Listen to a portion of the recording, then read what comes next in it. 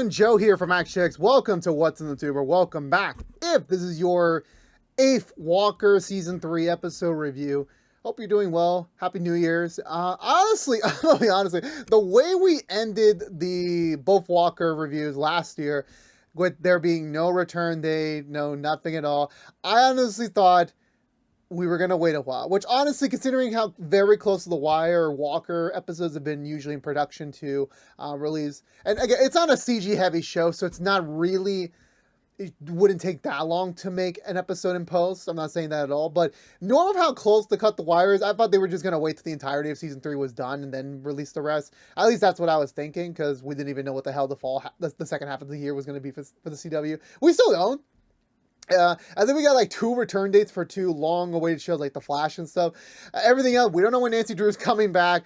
I know Gotham Knights is still in the March-ish territory, but I'm just like, what the heck are they doing? It's like so...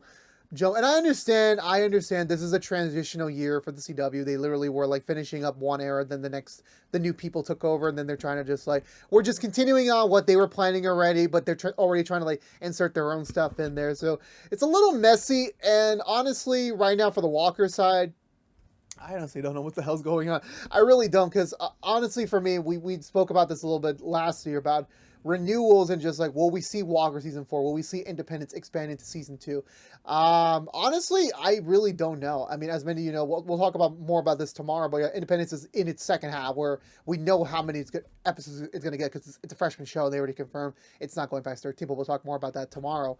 But in terms of like just for Walker, I really don't know. Like, even their new demographics, like, okay, great. That seems to be great news to like Walker, because Walker, yeah, it's Jared Padalecki, so I'm pretty sure a lot of, no offense, a lot of, teenagers and, young adults are very fascinated with him. I'll just be very PG about it. So they'll watch him do anything. But it is meant to be kind of like an older show while also trying to be a family drama. So I thought it would be fine. But then yesterday they announced All American's been renewed, and that's clearly a teenage young adult show, which I'm like, I don't know what they're doing. I really don't know. I'm hopeful Walker will come back. I really am. But we'll find out. We will. But anywho, this week on Walker, we're back. Confusing timeline though, but anyway, we're back in full throttle. We're back. We pick up where the last episode left off. And it was traditional TV cliffhanger fare, not gonna lie to you. I kind of called this at the end of the review last time, so I'm not surprised. I was just hoping we might have gotten a little bit more of like I don't know, it's Walker, so I'm like, some things feel rushed sometimes, or maybe it's just my interpretation of how TV normally works, because again, I started my modern TV era in the old days of like every season would be at least max 22 episodes, or 20 to 22 episodes. So I'm used to like them stretching out the story. But with there being like, a little bit more fast and loose, it's a little bit more, flexible here. But yeah, so despite that, I thought this was still a very much of a figuring things out type of episode. Like, we were trying to figure things out with the siblings, and we were also trying to figure out things with the family, and also we were starting to like bring in some new stuff for the Texas Rangers side, because now that Trey is part of the Trey, part of the tropes now. Like, it's starting to be, we got to focus a little bit more on that side, because they've always been the focus. Obviously, the whole show is based on Walker, Texas Ranger, but with them kind of dropping the titles, like, I think sometimes season 2 they didn't really focus on it too much. I haven't watched season 2 forever. It's been a while, so don't be critical of me. But either way, I thought this episode was pretty good. A very welcoming return to Walker in 2023. However, it was just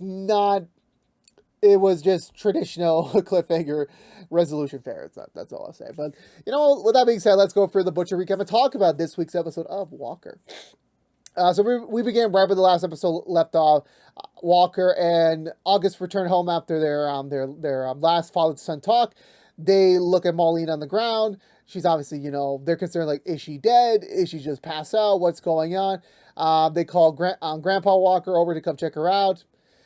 She is still mobile-wise a little bit. She's not dead or fully passed out, but she's still there somewhat. They take her to the truck. They drive her to the hospital. The doctors and the nurses go to take care of her. They're all on standby. The entire Walker family's there, just and in this moment of support. Obviously, them not knowing what the heck is going on. We don't know what's going on. And yeah, it literally the cliffhanger ended in like a matter of 3 minutes, like 3 or 4 minutes, where yeah, she's fine. It's all good. She had a minor stroke is what they call it. It wasn't like not even like on the basis like the low level of stroke. It was just, I don't know what the medical term is. I really don't know. But basically, she had like symptoms of a stroke, but unlike a real stroke where you would literally feel the ramifications of it afterwards, like you would lose mobility in like at best half of your body. Nothing is settling. She's still fine, and she's gonna be good to go. She'll be literally good to go by tomorrow. So she's perfectly well. Grandpa Walker goes in to check in on her, and she's a little bit morbid. She brings up a memory of like when they were at the hospital for the first time as like a couple, as a pairing, when apparently Grandpa Walker's many attempts to impress her in the beginning of the relationship, he undercooked meatballs and he suffered for a very horrible reaction to it, and that was their first time in a hospital. Grandpa Walker takes it more along the lines of like, oh, don't be morbid. You're going to be fine. You're not going to die. The doctor said you'll be fine. And she's like, that's not the reason why. It's just because it allows me to take stock of like being grateful that you're not dead. You're not going to die. But it could have been like that. There have been lots of other things that could happen. And actually what's not a it's a parallel, and I think I just read the news about it before we went live. Sad to say that Elvis Presley's daughter Lisa Marie Presley passed away today, and it was I forgot what the reason was. I think it was either cardiac arrest or a stroke. I forgot which one it was, but it makes you take stock of like life can end at any point. And also, by the way, before I continue, I don't mean to like mention Lisa Marie's passing as just an example, and I'm gonna go just forget about it. Like, no, I mean like a sincere like I apologize. I'm it's late at night. I've been up since the morning. I apologize, but uh, I put condolences to her family and to her friends and to everyone that has known her. Obviously, she has made her own music. For me, my only knowledge of her was that she title only Elvis Presley's daughter. She has done her own music. She was married briefly to Michael Jackson at some point in the past. That's my limited history with her. But she's still a loved one to someone, and that the people that loved her obviously are suffering right now. And I give my condolences. But I didn't mean to express what I just said about her. Like I wasn't just using her as just an example, a recent example. I wasn't trying to be like that. I was just mentioning it because that is something that just happened. That is a real life thing that we can't ignore. But again, my condolences to everyone who cares about her and who loves her. My best wishes are with you. But anyway, so picking that up is like, you can go at any time. You really don't know. And, you got to be grateful that, sometimes it thankfully those scary things happen and you're still alive. But it makes you it makes you take stock of what you do have and what haven't you done yet in life. And yeah, I do understand Grandpa Walker's position. Like, I don't want to talk about that because like, he doesn't want to lose her now. He wants to live many, many more years with her, which again, that is true love there. But she's allowed to like take stock of like, remembering the past and like being grateful for those moments to be where she is right now. We cut to the next day. We're back at the Texas Ranger station, and for a man who literally just worked the late shift, he is still very much eager to go. He's doing like a morning workout already, ready to go. Which I'm like, Trey, you got the will of steel over here. Captain James comes in to report in to tell him that since Walker's going to be on leave for a couple days to go take care of his mom, Trey's going to be partnered up with it's been a while, sorry, it's been 2 months since we did the last Walker review, with Cassie on a missing persons case, so they're on task with that. And another thing is that Trey is also tasked like, hey, by the way, every time you make a move, every time you make like something's happening, keep tabs with me, like, just keep me updated, keep me in the loop, because everything seems to be at peace right now, but the Rangers have kind of been slacking a little bit. They haven't been really putting much effort in there. Like, they're still getting the job done, but it's like it's not 100% up to code to what the standards are, and he kind of wants to like make sure even the new generation is like still properly suited. So he and Cassie are tasked with that. The missing person they're looking at is a missing billionaire, which I'm like, well, I'm not surprised. I'm a tech genius, and their only suspect is the wife, who are they pending divorce. So, and also the weird amount of things that their bank accounts have been mysteriously drained before the reported missing, the reporting disappearance, as well as she's already super lawyered up that she's behind iron walls of the law. So talking to her like directly from just a regular standpoint is not working. So they arrange a meeting, and she's very much in divorce mode. Like, she's being very careful with her mode because, again, they are going through a divorce. This is something that's been happening for a while, and that's the reason why she's lawyered up, because considering the fact you are divorcing a man that has millions and millions of dollars, you got to keep stock of things, and that's how it is. And she even warns Cassie and Trey that, hey, look, my husband, my soon-to-be ex-husband, he ain't what it seems to be. He ain't exactly the man that everyone writes him about. So just be careful about that. So they're taking a better look. They get access to his personal files, learning more about his details. He had a lot of owned property around around Texas, but there's one in particular he has not been able to be sold because it's a currently damaged building, so he cannot sell it to anyone else until it's repaired. So they just assume that would be a place of importance right now to where he is right now. It would be a lead, or like at least it would give them a clue to what is next. Trey's about to call it in because, again, he's still a new ranger, so he's doing things well by the book. Of course, Cassie just wants to go there, just check it out, just surveil it. There's nothing wrong about that. If anything goes wrong, I'll take the heat for it from the captain, so don't worry about it. So they head over there. They're waiting around. Trey's obviously feeling a little shaken because, Captain James gave him an order, just keep me posted, keep me reported in, keep me in the loop, and so far it's not going in that direction at all. So I think after that point they hear some gunshots from inside. They go in, thinking like maybe something's going on, maybe it's like a torturing thing. They don't really know, or maybe an execution. Who the heck knows? They go inside. Apparently, it's a massive VR simulation room, and the guy's there. Like, the guy's been there the whole time. He's just been hiding out there. So they cuff him, and he admits that the whole reason why he's here is because, let's just be point blank. Yeah, he's trying to flee the country. He met someone overseas. He was ready to give up his entire fortune, his entire lifestyle, divorce his wife, give up his everything, and to go be with this woman, as well as on top of owing the government several millions of dollars. And it's like this guy's like kind of like a pompous simplistic person of like, yeah, I just wanted to get away with it scot-free. It didn't work, so he gets arrested. The feds are going to take care of him. My mic just fell to the ground. I apologize. I was just going to try to get that out of the way quickly because it doesn't really... It was just meant to keep Trey and Cassie occupied trying to set up this new storyline, because James has been acting pretty off a little bit. And again, from the last episode, Walker was suspecting that maybe he found out that they were tampering with the evidence from the kidnappers case from the beginning of the season. And now with this, it's like it could be applied, or could be something else going on. So when they report back to the station, even though they found the person and everything, it wasn't up to code. Like, there should have been at least a communication attempt to James. There should have been at least an attempt to get a warrant, obviously, to at least show motivation that they are trying to follow things by the book. Things often do happen. You got to take the opportunity when you can. But if you're skipping certain steps in order to make a faster progress, it can be a little muddled down the road. So James kind of chews out Trey mostly because he has no problem with finding the missing person. That's not the problem. It's just that Trey had one direct order. He didn't listen to it to the T. And James kind of was a little insultful by saying, and also dismissing Cassie in such a harsh manner over to the fact that he told James, Trey, that maybe I made a mistake of promoting you to a ranger so soon.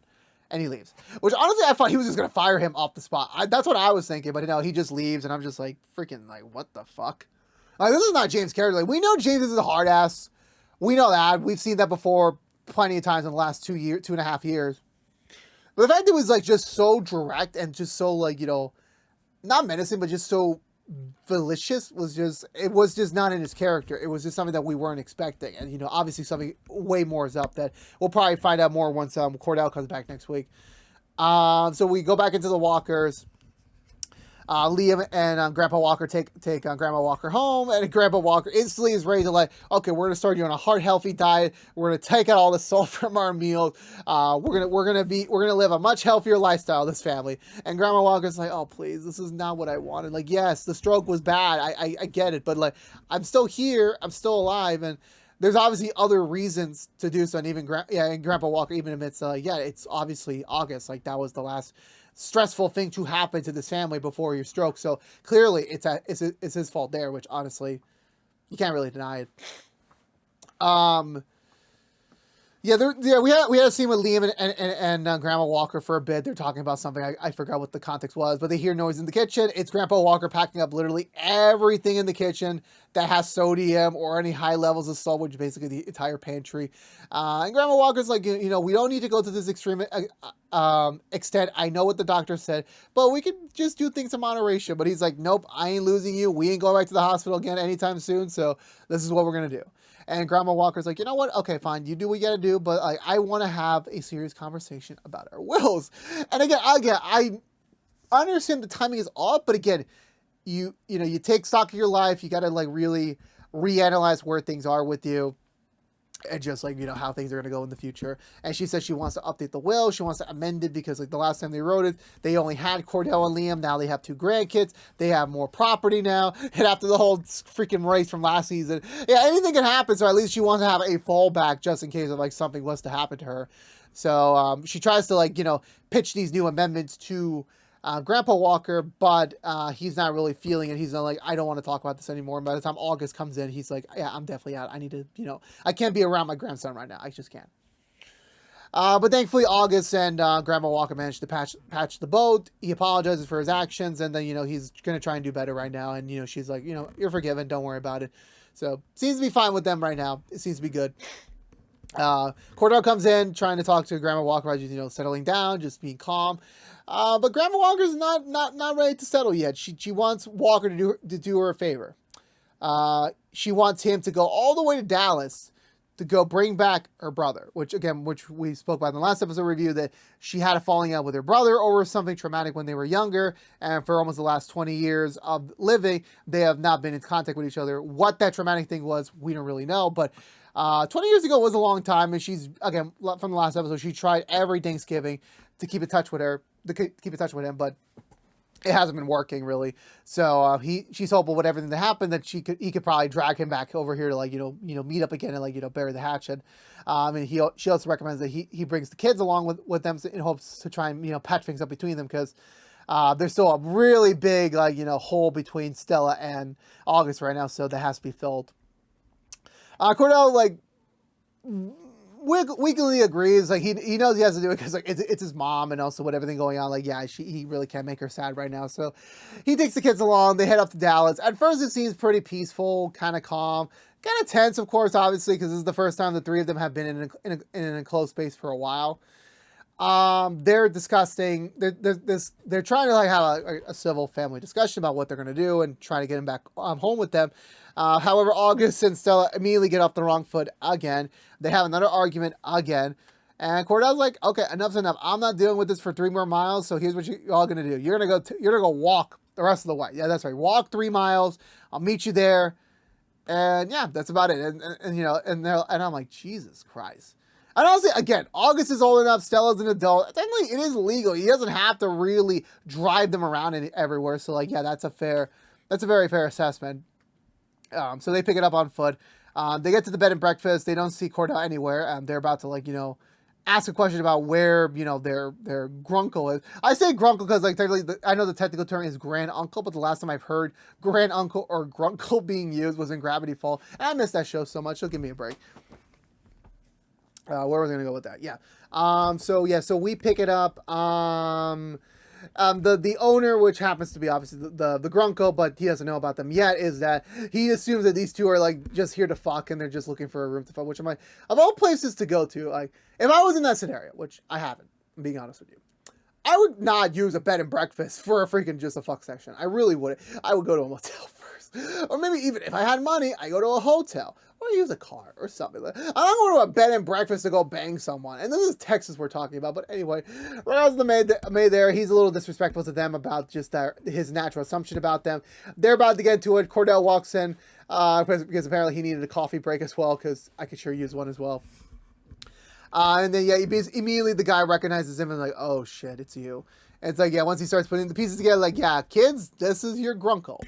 And honestly, at first, he's taken aback because, again, he hasn't seen a member of his family in 2 decades.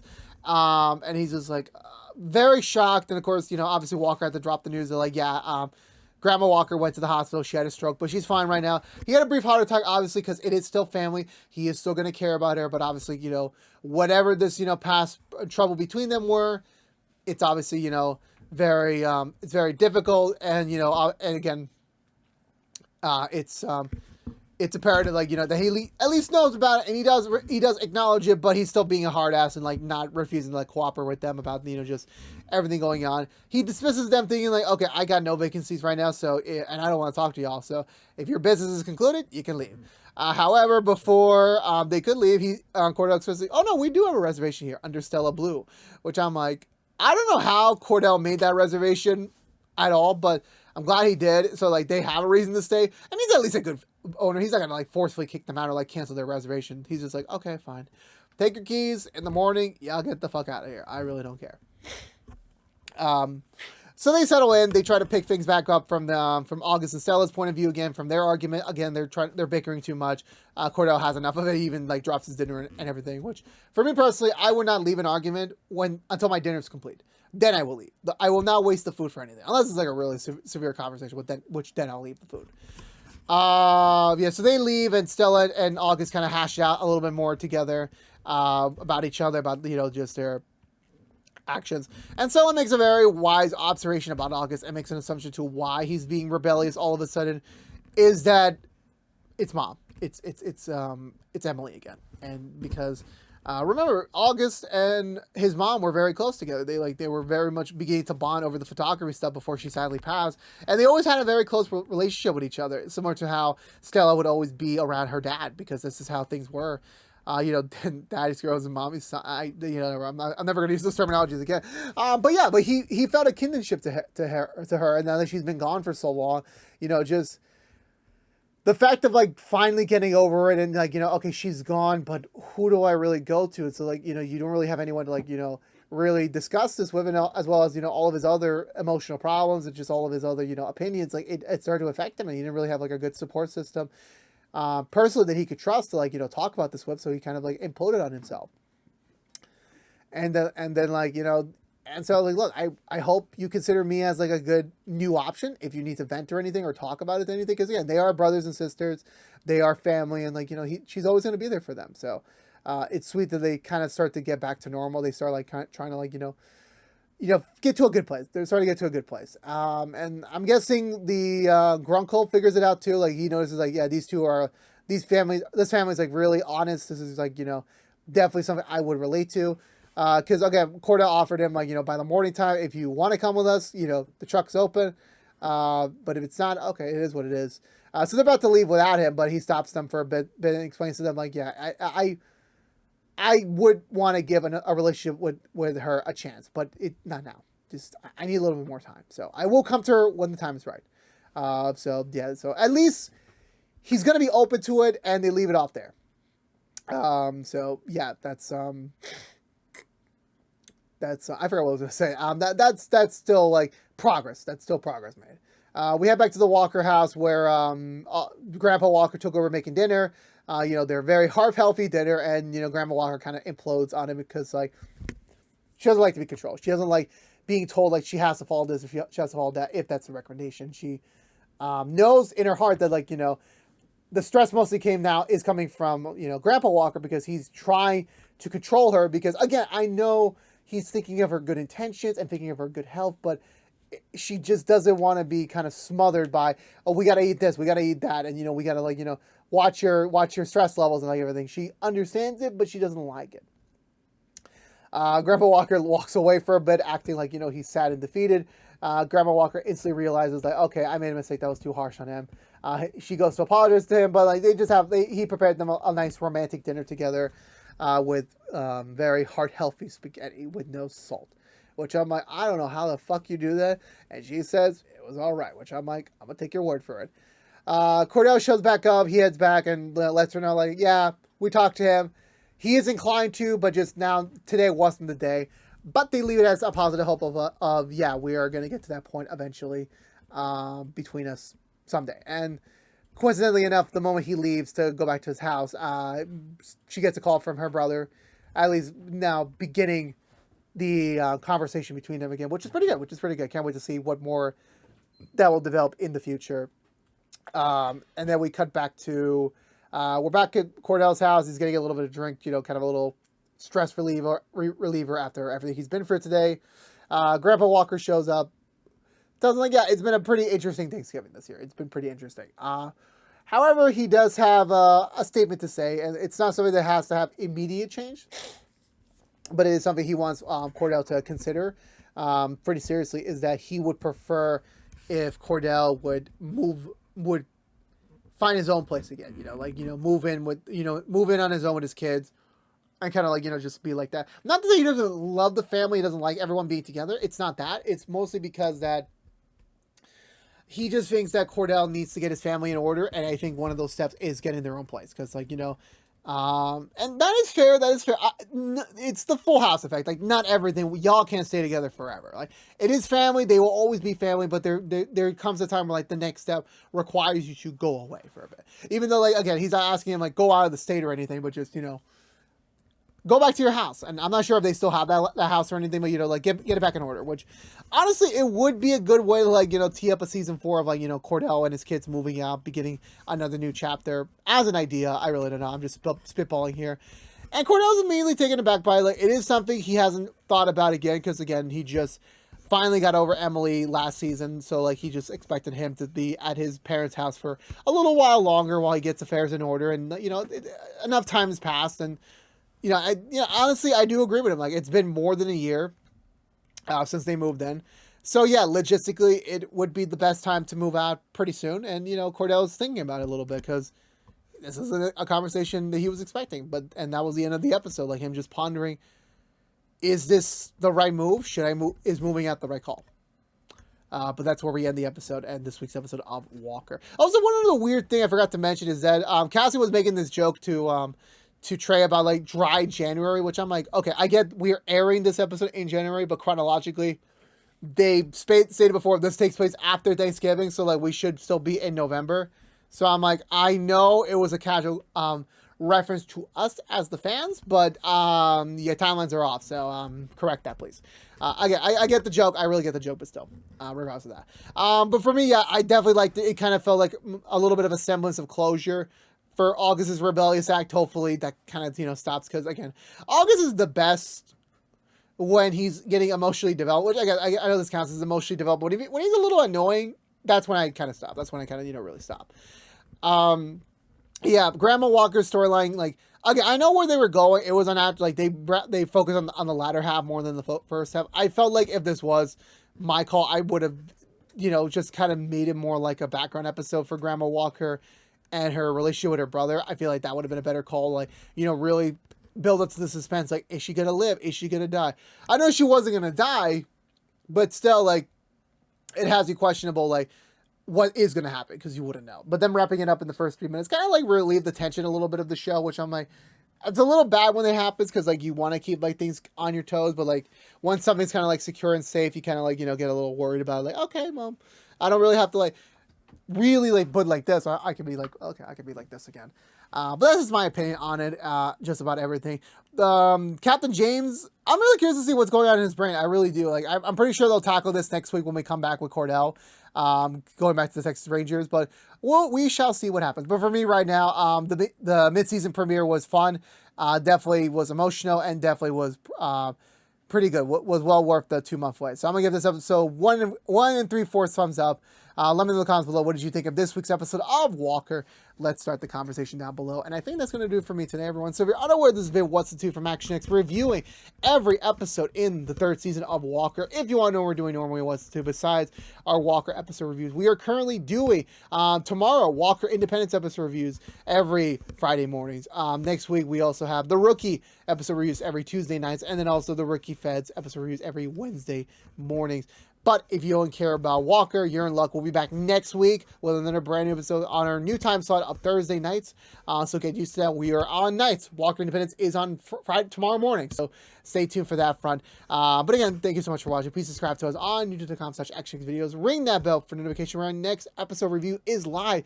Please also follow us on social media to stay up to date with any sort of updates we may have for either of our channels, as well as like, favorite, share. As always, it helps us out greatly. But until then, until for all you members of the Walker family, the Texas Rangers, I'll see y'all next week for the next episode review. But until then, stay safe out there, be good to each other, and as always, peace out.